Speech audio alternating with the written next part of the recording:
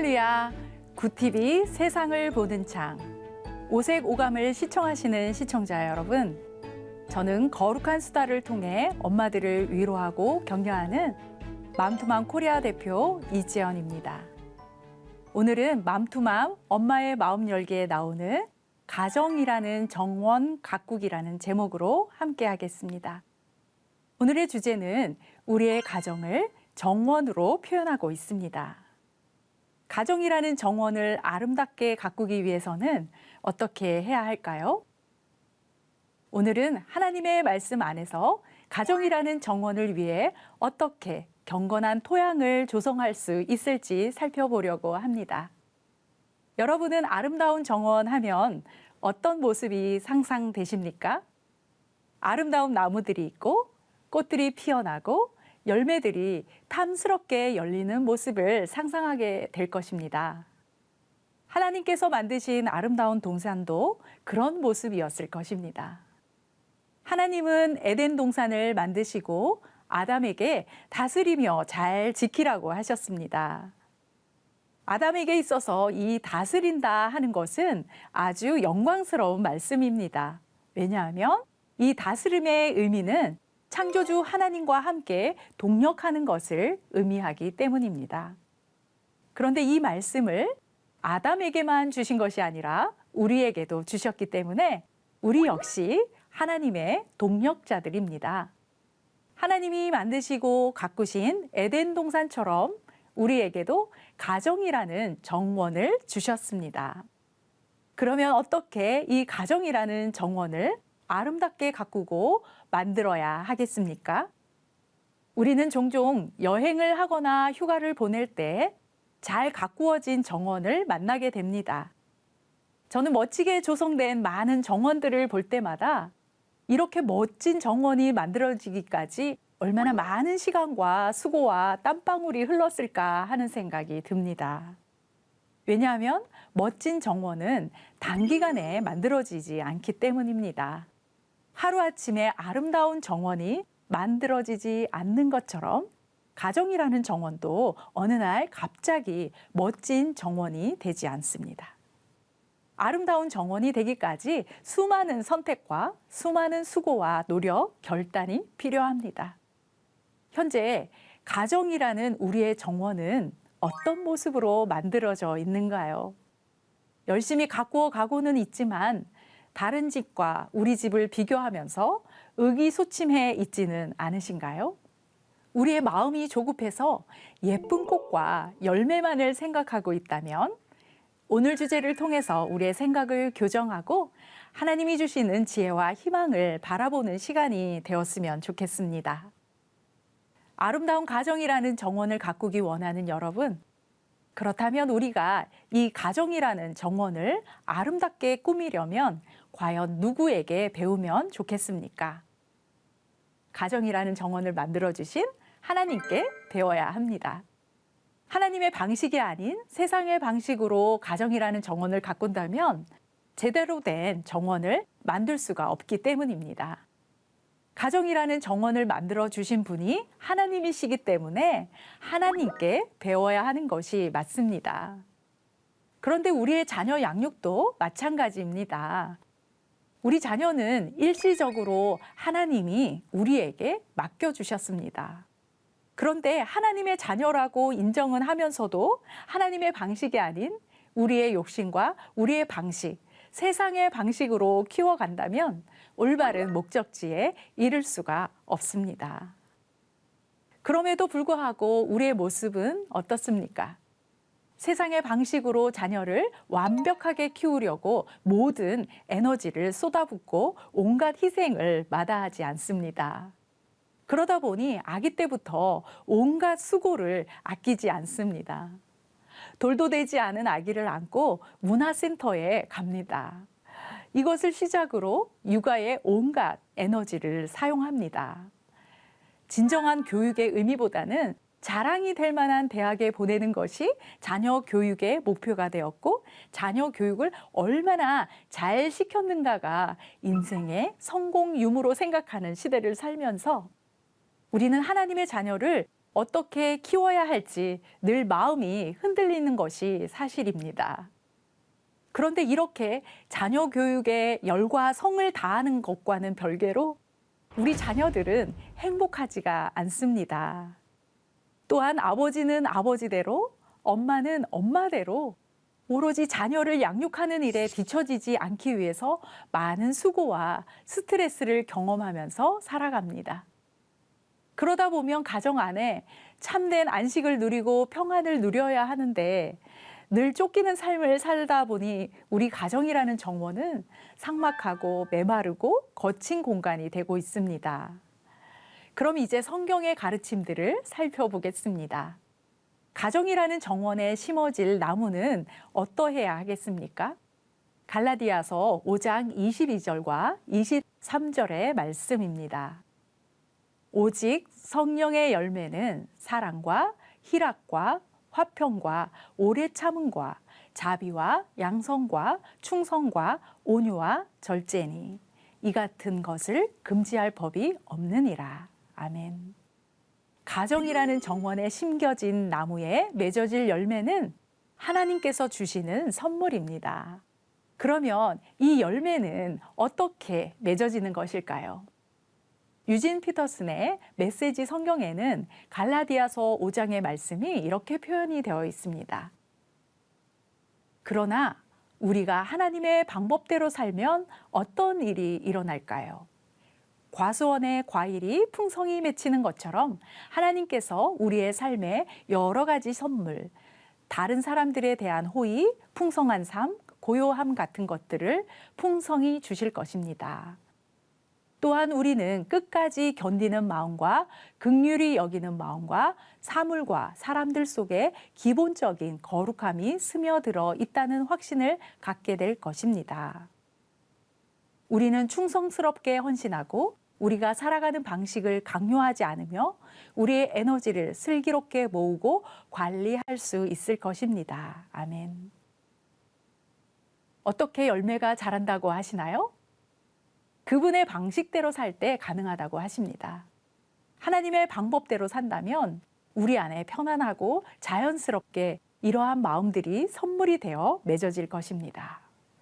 성령이 우리의 마음을 다스리도록 맡겨드리는 것이 바로 하나님의 방식으로 가정이라는 정원을 가꾸는 본질적인 우선순위입니다. 우리 스스로 열매를 맺는 것이 아니고 자녀들 또한 자녀들 스스로 열매를 맺는 것이 아닙니다. 하나님이 열매를 맺게 하신다는 것을 기억하시기 바랍니다. 우리가 할 일은 하나님의 말씀 안에 거하고 하나님과 연결되는 것뿐입니다. 그럴 때 농부이신 하나님께서 우리를 자라게 하십니다. 저는 성경에 나오는 나무에 관한 말씀 중에서 마태복음 7장 17절 말씀을 좋아합니다. 이와 같이 좋은 나무가 아름다운 열매를 맺고 못된 나무가 나쁜 열매를 맺나니. 아멘. 좋은 나무가 좋은 열매를 맺고 못된 나무가 나쁜 열매를 맺는 것은 진리입니다. 그 아버지의 그 아들이라는 말도 어찌 보면 이 말씀과 같은 맥락이라고 할 수 있습니다. 나쁜 자녀는 없고 나쁜 부모만 있다는 이야기처럼 우리가 먼저 관심을 가져야 할 것은 나 자신입니다. 나는 어떤 사람인가? 나는 좋은 사람인가? 나는 좋은 엄마인가? 먼저 좋은 나무, 좋은 엄마가 되어야 한다는 것을 기억해 주시기 바랍니다. 그러면 나무에게 있어서 가장 중요한 것은 무엇이겠습니까? 바로 뿌리입니다. 에베소서 3장 16절부터 18절 말씀입니다. 그의 영광의 풍성함을 따라 그의 성령으로 말미암아 너희 속사람을 능력으로 강건하게 하시오며 믿음으로 말미암아 그리스도께서 너희 마음에 계시게 하시옵고 너희가 사랑 가운데서 뿌리가 박히고 터가 굳어져서 능히 모든 성도와 함께 지식에 넘치는 그리스도의 사랑을 알고. 아멘. 나무에게 가장 중요한 것은 뿌리입니다. 뿌리를 통해 물을 빨아들이고 뿌리가 든든해야 나무가 건강하게 됩니다. 모든 것이 뿌리에 달려 있습니다. 우리가 엄마로서 항상 물어야 할 질문은 나의 뿌리는 어떠한가 하는 것입니다. 나는 하나님의 정원에 잘 심겨져 있는지, 뿌리는 물과 영양분을 건강하게 흡수하고 있는지를 점검해야 합니다. 우리 자녀들도 마찬가지입니다. 자녀의 삶에 열매를 맺게 하는 것은 우리가 할 수 있는 일이 아닙니다. 하나님께서 하시는 일입니다. 하나님이 하시는 일이 있고 우리가 해야 할 일이 있습니다. 우리가 해야 할 일은 무엇일까요? 자녀들이 하나님의 사랑과 말씀의 뿌리를 내리도록 인도하는 것입니다. 그러면 구체적으로 경건한 뿌리를 내리는 토양을 어떻게 다져야 할까요? 그 첫 번째는 자녀들에게 정원사이신 하나님을 소개하십시오. 둘째, 열매를 잘 맺을 수 있는 환경을 조성하십시오. 셋째, 엄마인 우리가 맺어야 하는 열매를 맺으십시오. 여러분은 지금 이 세 가지 중에 가장 열심을 내고 있는 것이 무엇입니까? 자녀에게 하나님을 잘 가르치고 계십니까? 자녀들이 가정이라는 정원에 열매를 잘 맺을 수 있도록 건강한 환경을 조성하고 계십니까? 아니면 엄마인 내가 먼저 열매 맺는 삶을 살기 위해 힘쓰고 계십니까? 건강한 토양을 만드는 첫 번째 미션은 바로 우리 자녀가 정원사이신 하나님을 잘 배워가게 하는 것입니다. 그리고 가정의 주인은 하나님이시다라는 것을 알려주는 것입니다. 우리 가정들을 보면 가정의 실세가 엄마인 집들이 많이 있습니다. 그러나 우리 가정을 만들어주시고 가꾸시고 지켜주시는 분은 하나님이시다라는 것을 분명하게 알려주십시오.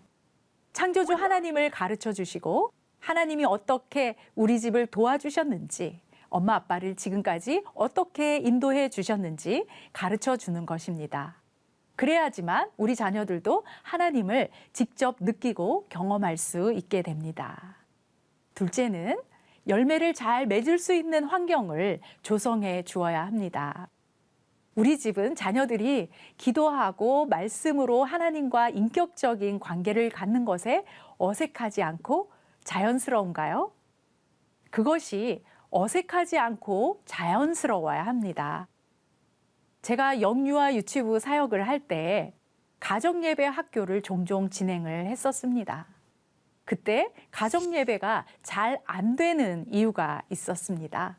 그것은 가족끼리 예배하는 것이 어색하고 쑥스러워서 어렵다 하는 것이었습니다. 여러분, 그럼에도 불구하고 가정예배는 우리 자녀들이 하나님과 인격적인 관계를 맺게 하는데 정말 필요한 신앙의 행위라는 것을 기억해 주십시오. 그리고 세 번째는 부모 자신부터 열매를 맺는 삶을 살아내는 것입니다. 누구든지 내 연소함을 업신여기지 못하게 하고 오직 말과 행실과 사랑과 믿음과 정절에 있어서 믿는 자에게 본이 되어. 아멘. 이 말씀을 의역하면 내 자신이 먼저 모델이 되라. 사람들에게 너의 모습과 본을 따르게 하라 입니다. 바로 이런 모습이 부모가 자녀 앞에서 살아야 할 삶의 모습입니다. 왜냐하면 부모는 자녀에게 가장 영향력을 미치는 대상이기 때문입니다. 부모가 경험하는 실패와 성공의 다양한 상황 속에서 부모가 보여주는 삶의 모습을 통해 자녀들이 열매 맺는 삶을 살 수 있도록 그 능력과 지혜를 전수받게 되기 때문입니다. 그러면 이제는 토양을 잘 만들 준비가 되었다면 어떻게 씨를 심고 열매가 잘 익도록 양육하는지를 살펴봅니다. 그 첫째는 뿌리로부터 시작하십시오. 이 뿌리가 의미하는 것은 무엇이겠습니까? 바로 예수 그리스도의 사랑입니다. 예수 그리스도의 사랑을 가르치고 그 사랑의 열매를 맺게 하는 것입니다. 나무의 열매는 뿌리의 건강이 중요한데요. 그 뿌리가 건강할 수 있도록 심겨지려면 그 씨앗은 바로 예수 그리스도라는 땅에 심겨져야 합니다. 자녀들에게 예수님을 전하고 예수님의 사랑을 가르침으로 뿌리를 견고하게 하는 것입니다. 성경 이야기를 통해서 자연스럽게 예수님이 누구신가를 자녀들이 알아가게 하는 것입니다. 그리고 우리 부모들의 사랑을 통해서도 예수님이 어떻게 자기를 사랑하시는지를 느낄 수 있게 하는 것이 바로 이 뿌리를 건강하게 하는 원리입니다. 그렇게 할 때 자연스럽게 그들의 삶 속에 사랑이라는 열매가 익어갈 것입니다.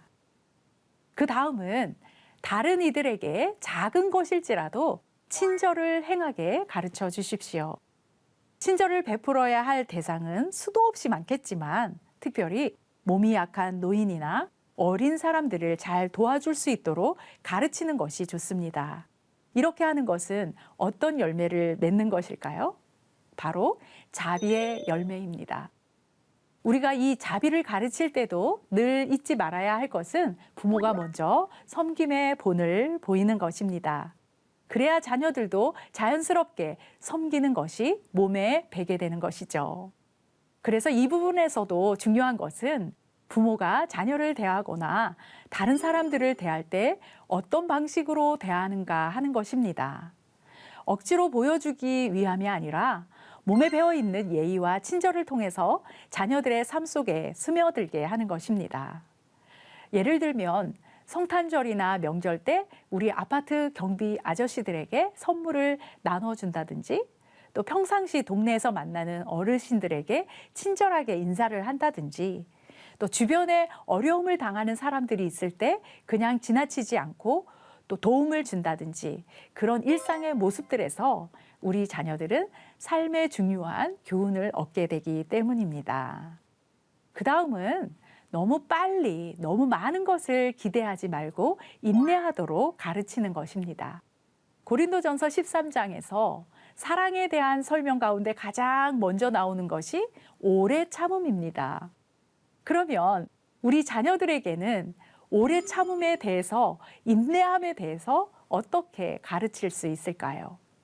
여기서도 가장 올바른 방법은 부모가 먼저 인내하는 부모가 되는 것입니다. 우리가 주님 앞에서 인내하며 오래 참을 수 있는 이유는 어디에 있을까요? 그것은 바로 우리 주님이 우리를 위해 오래 참으셨기 때문입니다. 그러하기에 하나님의 이 오래 참으심의 은혜를 가지고 우리 자녀들이 미래의 즐거움을 위해서 현재의 고난을 기꺼이 인내할 수 있도록 기도하며 가르치는 부모가 되어야 하는 것입니다. 오래 참음을 위해 내 뜻과 내 방식을 내려놓는다면 마침내 하나님의 때를 경험하게 될 줄 믿습니다. 그 다음은 신실함의 본을 보이는 것입니다. 이것은 성령의 9가지 열매 가운데 충성을 의미합니다. 충성이라는 단어는 믿음, 신앙, 확신, 신뢰의 의미를 갖고 있습니다. 우상을 섬기지 않고 끝까지 예수님만 믿고 따라가는 것을 의미합니다. 만약 자녀들과 어떤 약속을 했다면 반드시 그 약속을 지켜야 합니다. 부모와 자녀 사이의 약속은 물론이고 하나님 앞에서 서약한 것에 대해서도 그 신실함의 본을 보여주어야 합니다.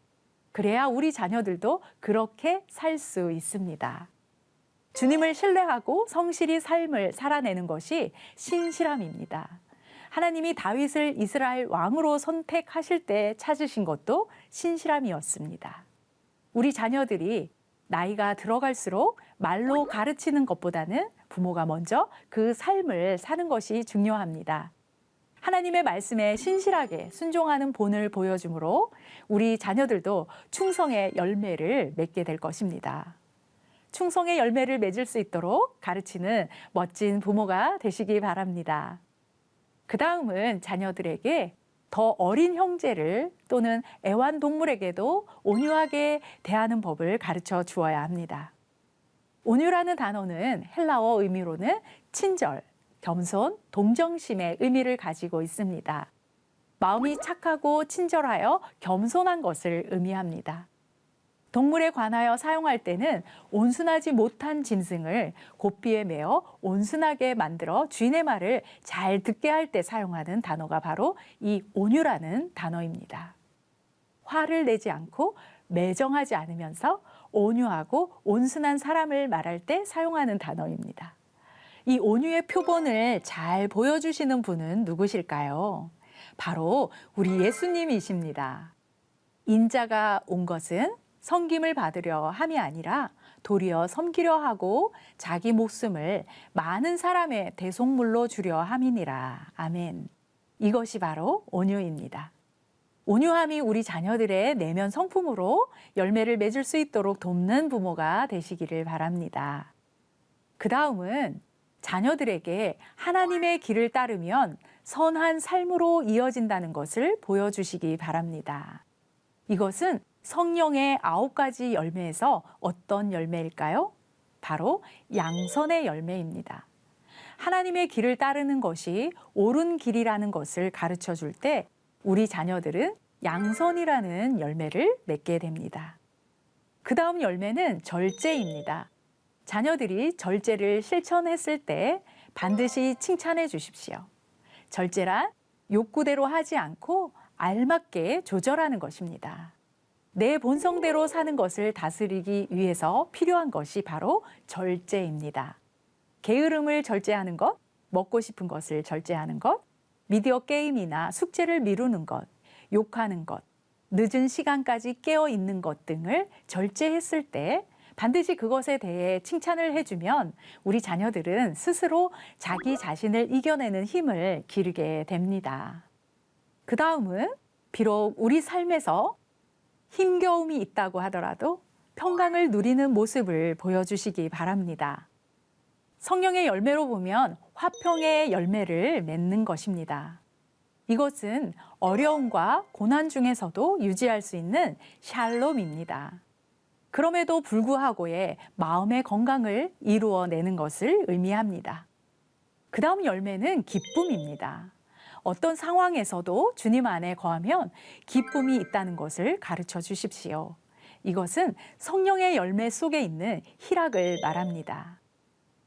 희락이라는 단어 속에는 기쁨, 즐거움, 유쾌함 이런 의미들이 들어 있습니다. 여러분은 어떤 상황에서도 희락, 기쁨이 있으십니까? 우리는 어떻게 이것이 가능할까요? 우리가 예수님의 사랑에 깊이 뿌리를 내렸다면 가능합니다. 우리 자녀들은 엄마인 우리가 주님이 주시는 기쁨으로 살고 있다는 것을 보고 있습니까? 그리고 우리 자녀들도 그런 기쁨을 경험하고 살고 있습니까? 엄마가 기쁨을 경험한다면 반드시 우리 자녀들도 동일한 기쁨을 누릴 줄 믿습니다. 왜냐하면 기쁨은 전염이 되기 때문입니다. 이제 마지막으로 기억해야 할 것은 가정이라는 정원 가꾸기를 위한 결정적 비결은 바로 우리의 무릎에 달려 있다는 것입니다. 게리 토마스의 부모 학교에 이런 글이 있습니다. 아이들의 보호만을 위해서 기도할 때는 두려움과 싸워야 했었고 아이들의 변화만을 강구할 때는 그들의 장점을 놓쳤었다. 그러나 아이들을 인해 하나님께 감사하고 그들의 삶에 허락하신 고마운 특성들을 구체적으로 묵상하다 보니 이 아이들과 함께 사는 특권이 훨씬 피부에 와 닿았다. 자녀를 양육하면서 우리는 얼마나 기도의 무릎으로 나아가고 있는가요? 우리가 드리는 기도가 너무 한편으로만 치우쳐 있지는 않은가요? 세상의 정원을 가꾸는 비결은 우리의 기도에 달려 있습니다. 이 비결을 꼭 기억하시기 바랍니다. 이제 마무리하겠습니다. 모든 나무는 뿌리를 내리고 열매를 맺는 데는 시간이 걸립니다. 열매를 빨리 맺으려고 조급해하거나 또 열매가 너무 없다고 낙심하지 마십시오. 열매를 위해서는 나와 내 가정이 먼저 말씀에 뿌리를 내리도록 영적인 토양을 만드는 것이 필요합니다. 우리의 자녀가 육신에 속한 자가 아니라 하늘에 속한 자로 자라기를 기도하면서 가정이라는 정원을 하나님께 배움으로 잘 가꾸어가는 저와 여러분이 되기를 바라며 이 시간 마치겠습니다. 하나님의 말씀으로 세상을 이해하고 바라보는 마음의 창이 여러분 안에 열리기를 소망하며 이 시간 마치겠습니다. 감사합니다.